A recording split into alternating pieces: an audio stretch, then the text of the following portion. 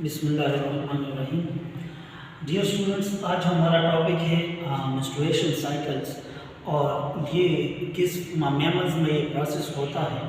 और ये भी आज देखेंगे कि इस मेंस्ट्रुएशन साइकिल में जो हार्मोन्स का लेवल है या हार्मोन्स की जो सिक्रीशन है ये कहाँ से और किस तरीके से होती है।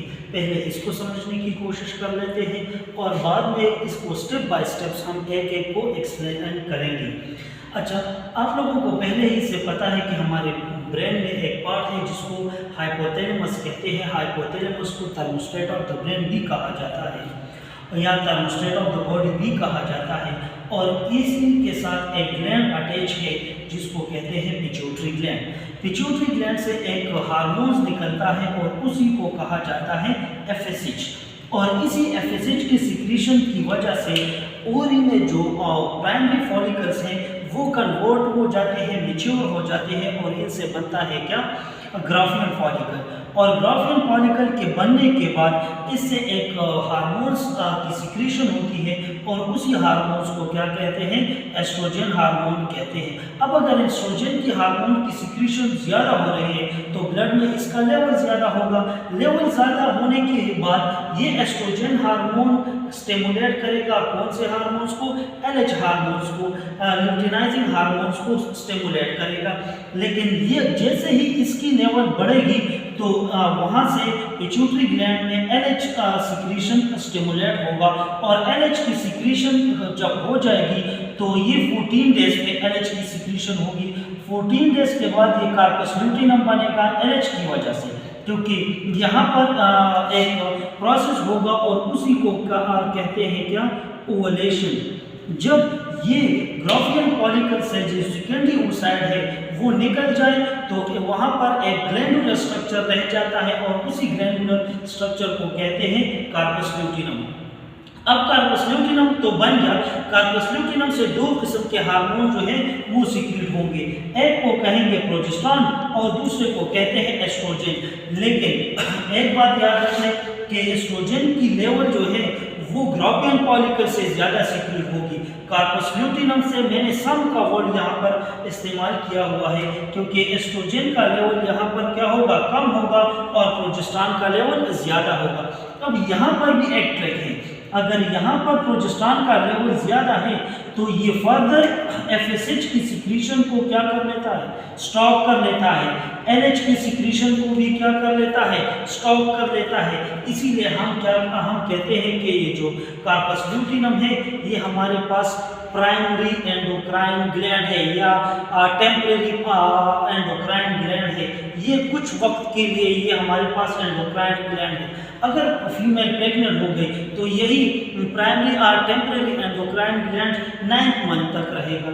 अगर यही कार्पस ल्यूटिनम खत्म हो गया, इसकी प्रेग्नेंट नहीं हुई फीमेल, तो ये कार्पस ल्यूटिनम क्या होगा, डिसइंटीग्रेट हो जाएगा और नेक्स्ट मंथ में ही दोबारा बर्फ आएगा।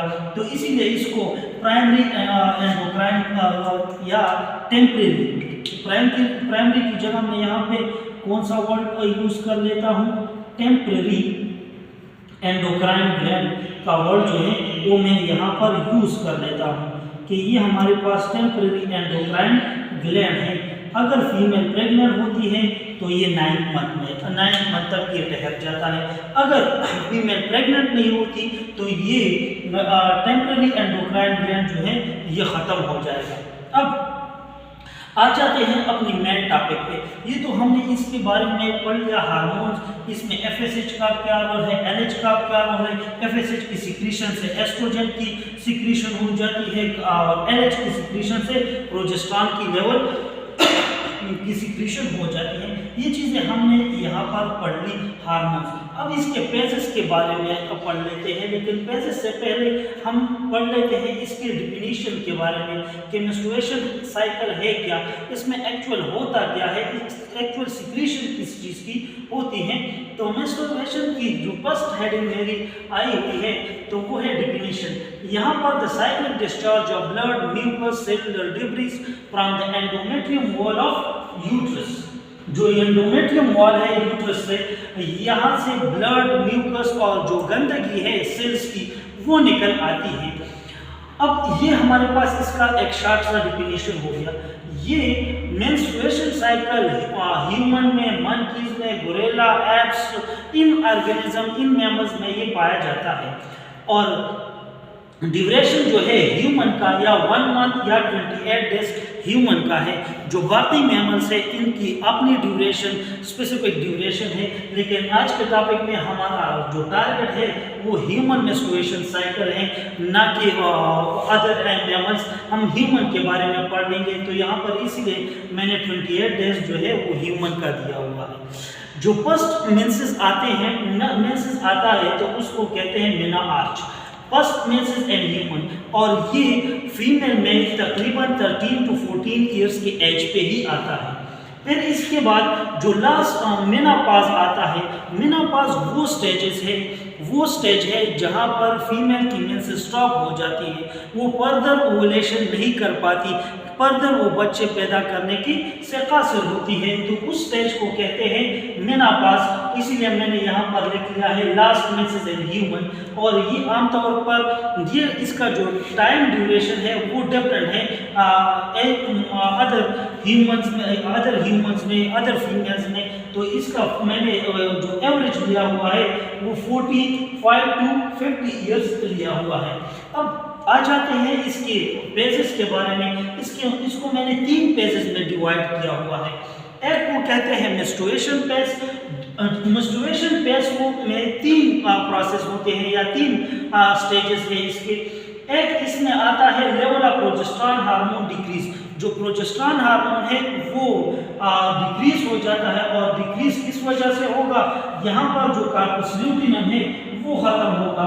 यहाँ पर कार्पस ल्यूटिनम को हमने एक टेम्पररी एंडोक्राइन ग्लैंड का नाम दिया था, टेम्पररी एंडोक्राइन ग्लैंड का नाम दिया था, क्योंकि ये अगर फीमेल प्रेग्नेंट होती है तो ये 9th मंथ तक चला जाता है। और अगर फीमेल प्रेग्नेंट नहीं होती तो इसकी जो ड्यूरेशन है वो 1 मंथ या 15 डेज तक ये होता है। तो कार्पस ल्यूटिनम खत्म होने की वजह से प्रोजेस्टेरॉन लेवल खत्म होगा। और फिर यहाँ पर जो एंडोमेट्रियम वॉल है यूट्रस का वो उससे रप्चरिंग होगी और जो ब्रस्टिंग होगी। और यहाँ पर जो ब्लड वेसल है उसकी ब्रस्टिंग हो जाएगी। ब्रस्टिंग होने की वजह से जो एंडोमेट्रियम म्यूकस है से वहाँ पर जो सेलुलर डिब्रीज है और अदर ब्लड्स है या और चीज़ें हैं वो विजाइनल पोर्स के ज़रिए से क्या हो जाएंगी?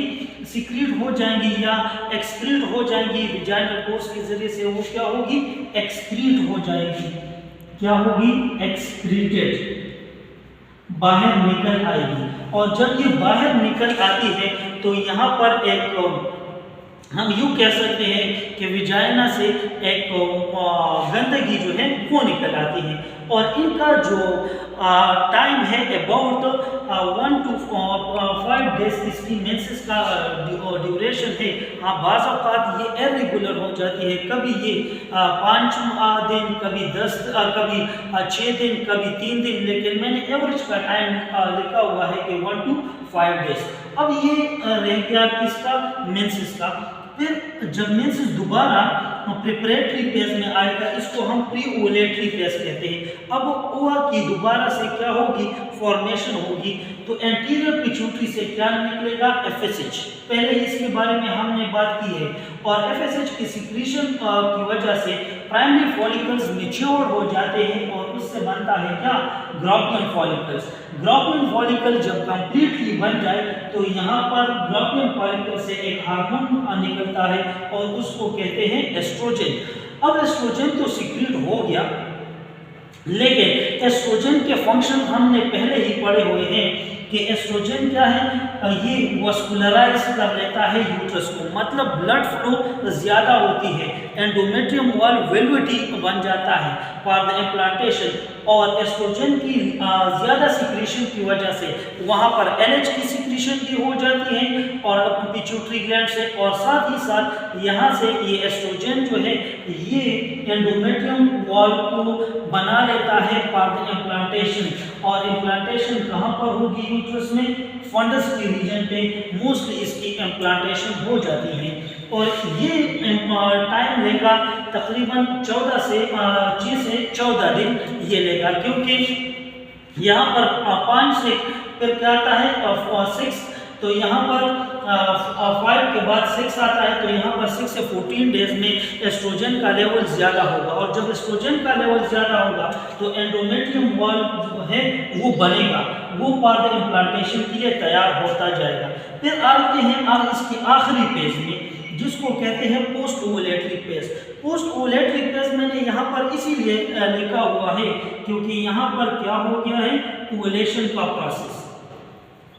ओवुलेशन यहाँ पर जो सेकेंडरी ओसाइड है ये ग्राफियन फॉलिकल से निकल चुका है। जब ग्राफियन फॉलिकल से निकल चुका है तो ओवुलेशन आकर ग्राफियन फॉलिकल अब कन्वर्ट होगा किस चीज में, कार्पस ल्यूटिनम में। और हमने पहले ही बता दिया है कि कार्पस ल्यूटिनम से जब ये कार्पस ल्यूटिनम में जब ये कन्वर्ट होगा तो इसकी कन्वर्जन के लिए एक हार्मोन रिस्पॉन्सिबल है और उसको कहते हैं एलएच। एलएच ने कार्पस ल्यूटिनम को बना लिया। कार्पस ल्यूटिनम क्या कर लेता है, एक हार्मोन सिक्रीट कर लेता है और उसको कहते हैं प्रोजेस्टेरॉन हार्मोन्स। अब प्रोजेस्टेरॉन हार्मोन की भी सिक्रीशन हो गई और इसी प्रोजेस्टेरॉन हार्मोन जो है ये प्रेगनेंसी को मेंटेनेंस में हेल्प कर देता है। अगर फर्टिलाइजेशन हो जाती है तो कार्पस ल्यूटिनम प्रोजेस्टेरॉन को सिक्रीट करेगा अप टू 9th मंथ, क्योंकि ह्यूमन की जो गेस्टेशन पीरियड है वो 9th मंथ है। तो 9th मंथ तक इसकी गेस्टेशन पीरियड तक कार्पस ल्यूटिनम प्रोजेस्टेरॉन को सिक्रीट करता जाएगा।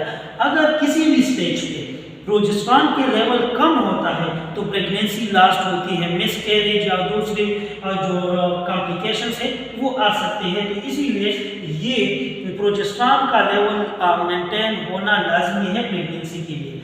अगर फर्टिलाइजेशन मिस हो जाती है, मतलब ओवा को स्पर्म नहीं मिलता, तो स्पर्म ना मिलने की वजह से कार्पस ल्यूटिनम भी खुद ब खुद क्या हो जाएगा, खत्म हो जाएगा।